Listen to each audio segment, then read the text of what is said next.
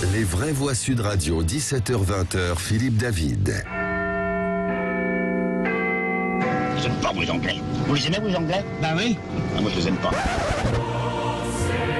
Votre Majesté, j'ai le privilège de vous adresser, au nom du peuple français, mes félicitations les plus sincères pour votre jubilé de platine. Vive le roi! Vive le roi! C'est aujourd'hui que le Royaume-Uni commence les commémorations du jubilé de platine de la reine Elisabeth II montée sur le trône il y a 70 ans. Un Royaume-Uni qui avait pourtant décapité un roi, Charles Ier, le 30 janvier 1649, 144 ans quasi jour pour jour avant Louis XVI. Entre-temps, la France n'a plus de monarque régnant réellement depuis le départ de Louis-Philippe Ier en 1848, alors que nos voisins d'outre-Manche s'appellent toujours le Royaume-Uni, une monarchie comme la Belgique, les Pays-Bas, le Danemark ou encore l'Espagne, qui est pourtant une démocratie à laquelle on ne peut opposer peu de reproches. Une monarchie qui unit la nation derrière sa couronne, d'où notre grand débat. Jubilé d'Elisabeth II, souhaiteriez-vous le retour d'un monarque en France? Et vous êtes désormais seulement 49,7% à dire oui. Avec nous, Guillaume Bernard, politologue et professeur à l'ICES, Institut catholique de Vendée. La Vendée qui fut un des derniers bastions royalistes lors de la Révolution française. Guillaume Bernard, bonsoir. Bonsoir Philippe. Quand vous voyez l'engouement mondial pour la monarchie britannique, que ressentez-vous, vous le Français, ennemi héréditaire de la perfide Albion, qui après avoir brûlé Jeanne d'Arc en 1431, a osé attaquer le Stade de France samedi dernier? Alors vous avez une drôle de manière de poser des questions, cher Philippe. Écoutez, je crois qu'il y a dans la dynastie actuelle des Windsor, qui n'est pas nécessairement ma préférée chez les Britanniques, eh bien un côté people, un côté, je dirais, longévité de l'actuelle souveraine, qui explique évidemment l'engouement de l'opinion publique. Mais au-delà de ça, je crois qu'il y a tout simplement le signe que la Grande-Bretagne est une des plus vieilles démocraties parlementaires et qu'elle a su conjuguer à la fois la continuité de l'État par la monarchie et en même temps un régime représentatif qui permet aux différents courants d'opinion de s'exprimer. Et donc par conséquent, je crois qu'il y a là d'une certaine manière un exemple qui pourrait être suivi. Quand vous posez la question pourquoi pas un retour de la monarchie en France, je dis oui, effectivement, pourquoi pas. La parole est à Sa Majesté Philippe Bilger. Je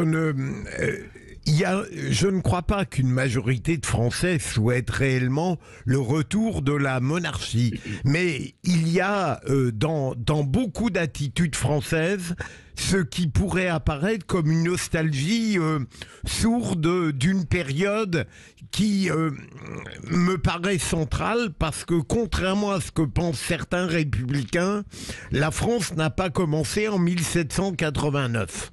Et donc, en ce qui me concerne, au-delà de l'analyse très juste de Guillaume, j'y vois, il y a quelque chose dans l'appétence, l'admiration, l'adhésion à cette monarchie, à cette reine Elisabeth pour ses 70 ans de règne, quelque chose qui renvoie à un culte de l'allure, de la tenue, de certains rituels, et je dirais, mais je suis partial, j'en ai bien conscience, à une critique implicite de la manière dont on est présidé aujourd'hui. Je veux dire, à tort ou à raison, je vois ces 70 ans et cette admiration comme l'apothéose de la tenue et de l'allure. Et au fond, à partir aux côtés de cette reine, et je ne suis pas persuadé que la République, je dirais telle qu'elle est pratiquée depuis quelque temps, soit tellement désirable par rapport à cette royauté incontestable.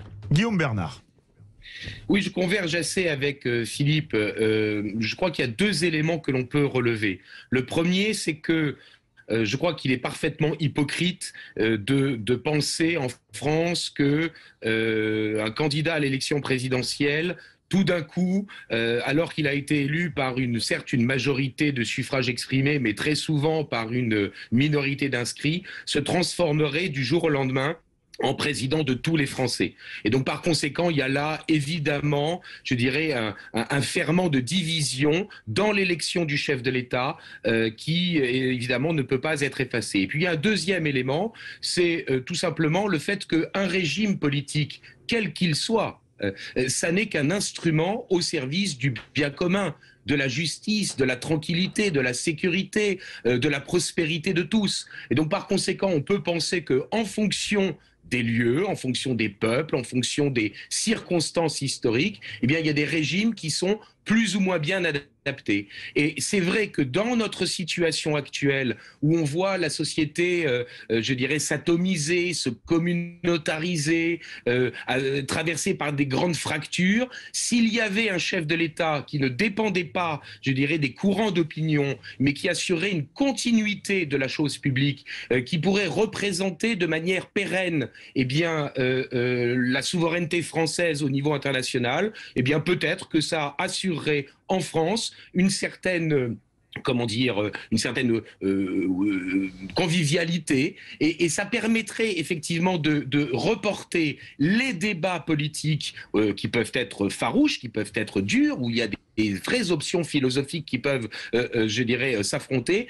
Ça permettrait de reporter ces débats politiques uniquement sur la question du gouvernement et non pas sur la question de l'État. C'est-à-dire que ça ne serait pas un parti, un courant politique qui coloniserait l'État ou qui occuperait la place de l'État. L'État serait indépendant d'une certaine manière, je dirais, des différents courants politiques, tandis que le débat démocratique, lui, pourrait parfaitement se jouer par ailleurs. La parole est à Lydia Guirous, alias Princesse Lydia, ce soir. Oui, Princesse Lydia est assez sceptique. Je pense que c'est de l'ordre du fantasme. Une partie des Français ont peut-être envie d'avoir un roi ou une reine parce qu'ils trouvent que le rituel, cette élégance, ce faste, c'est quelque chose de très joli. Et puis la reine d'Angleterre fait partie de nos vies. C'est quand même 70 ans, hein, oui, c'est beau.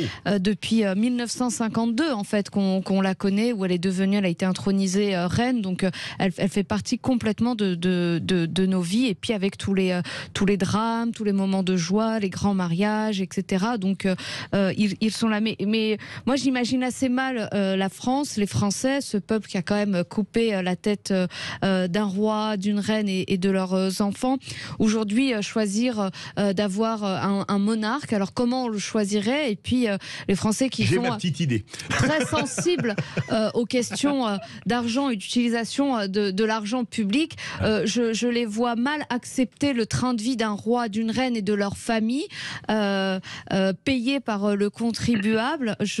Déjà qu'en Grande-Bretagne, ça fait régulièrement polémique. Bon, en France, je vois pas trop comment ça pourrait passer. Je pense que ça va rester de l'ordre du rêve. Mais une chose est certaine, c'est que la stabilité et une forme d'assurance de réconfort même pour certains, quand on entend les témoignages de certains Britanniques, que la reine d'Angleterre, Elisabeth, apporte, fait du bien au peuple britannique. Mais en France, je suis beaucoup moins certaine que ça puisse passer. Alors Guillaume Bernard, je viens d'avoir une révélation, c'est que parmi les éditorialistes Sud Radio, désormais Lydia Guirous est plus révolutionnaire que Françoise de Gois. Je vous donne la parole. Écoutez, il faut de tout pour faire un monde, et justement il faut des positions opposées pour pouvoir en débattre. Moi, il me semble sincèrement que c'est une question de symbole, de stabilité de la chose publique. Mais alors comment on choisit si on veut rentrer, attendez, je vais y venir. Je crois que justement le fait que les Français, ou du moins une partie des Français, aient décapité Louis XVI, eh bien dans le fond, ça leur reste, je dirais, sur le cœur. Ils le regrettent. C'est-à-dire que symboliquement, c'est d'une certaine manière un parricide, c'est tuer le père. Alors cela dit, moi je crois qu'avant même de se poser la question de peut-il y avoir une monarchie, il est bien évident que une restauration monarchique en France, elle ne pourrait se faire qu'à la condition qu'il y ait un vaste mouvement social dans l'opinion publique qui y soit favorable.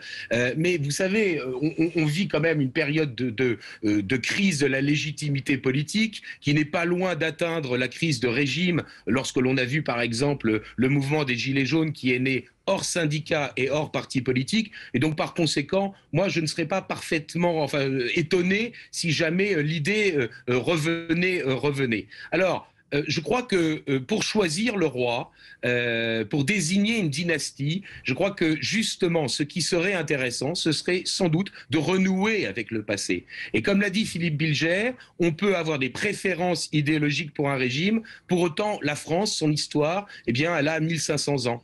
Et renouer avec l'ancienne dynastie, eh bien, d'une certaine manière, ce serait peut-être recoller les morceaux. Vous savez, je sais bien qu'aujourd'hui, parler de Poutine est extrêmement périlleux et glissant, mais le nouveau régime qu'il a réussi à mettre en place au sein de la Russie, c'est une manière de réconcilier les Russes avec toute leur histoire, aussi bien avec l'histoire tsariste qu'avec l'histoire de la Russie soviétique. Eh bien, d'une certaine manière, oui, peut-être qu'une restauration monarchique permettrait à la France de se réconcilier avec elle-même. Je pense que là aussi, il y aura des batailles. La parole est au grand-duc Pierre-Yves Martin. Ça vous va? Oh, c'est super, merci.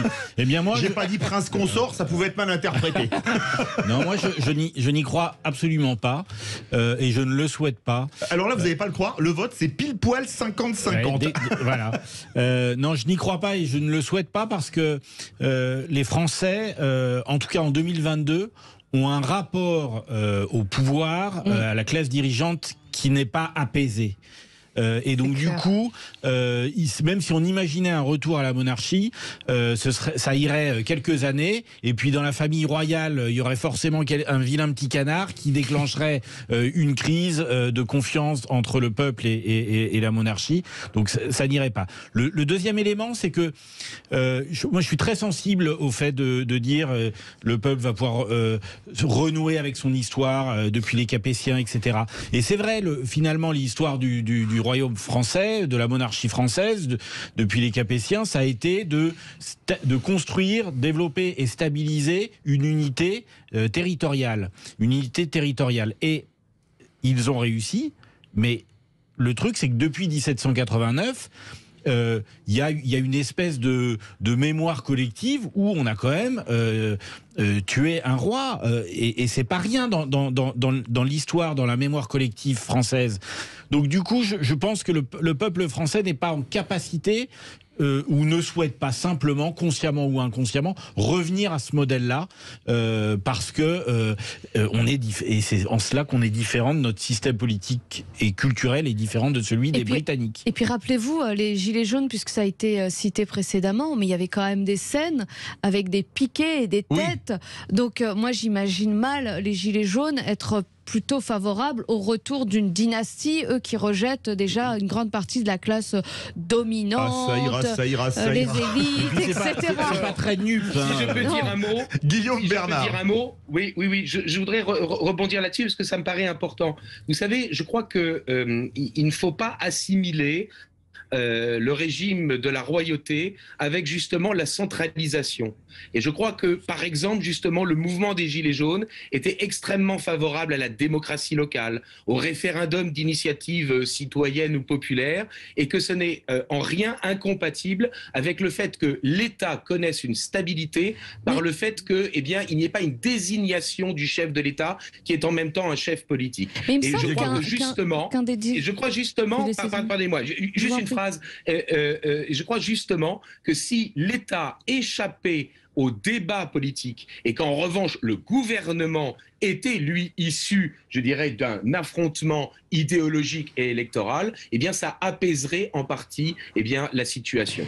Il me semble qu'il y avait un héritier de la couronne de France qui avait apporté son soutien aux Gilets jaunes, au plus fort des mouvements. C'est le duc d'Anjou. Le duc d'Anjou. Absolument, c'est le duc d'Anjou, c'est l'aîné des Bourbons. C'est ce qu'on appelle les Blancs d'Espagne, mais dynastiquement parlant, c'est l'aîné de la famille des Bourbons. Il y a aussi direct de Louis XIV. Et il y a une rivalité sur celui qui serait le plus légitime pour redevenir roi de France. Alors comment on arrive à départager entre les légitimistes et les orléanistes, Guillaume Bernard, si je ne m'abuse?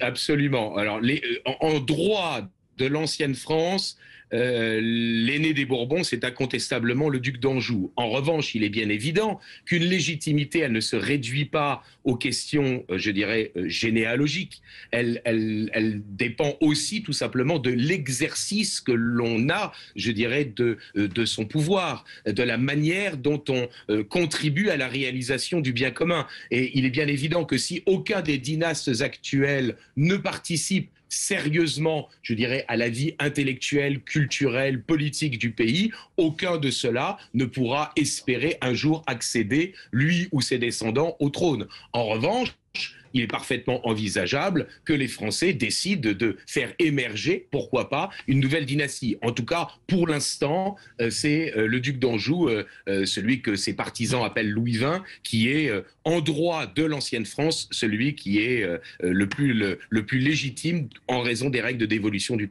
trône. Guillaume Bernard, dernière question sur Twitter. 51% des auditeurs veulent le retour d'un monarque. Vous êtes partant pour être Guillaume Ier ?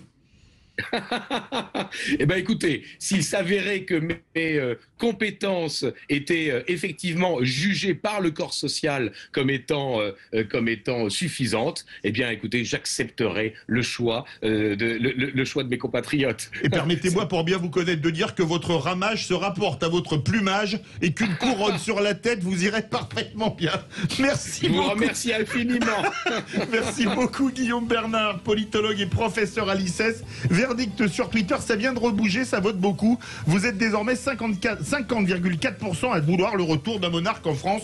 On se retrouve tout de suite avec Philippe Rossi et un match de bienfaisance à Calais.